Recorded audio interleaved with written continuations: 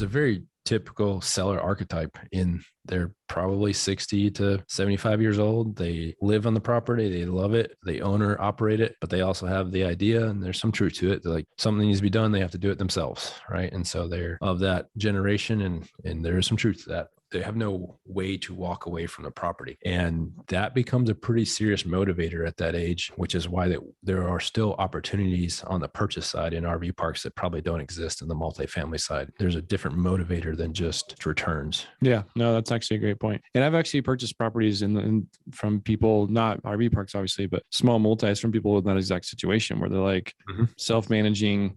They feel like it's sort of they're handcuffed, afraid of the taxes, whatever it might be. And eventually, if you can provide that solution for them, come in and say, hey, this is a win-win.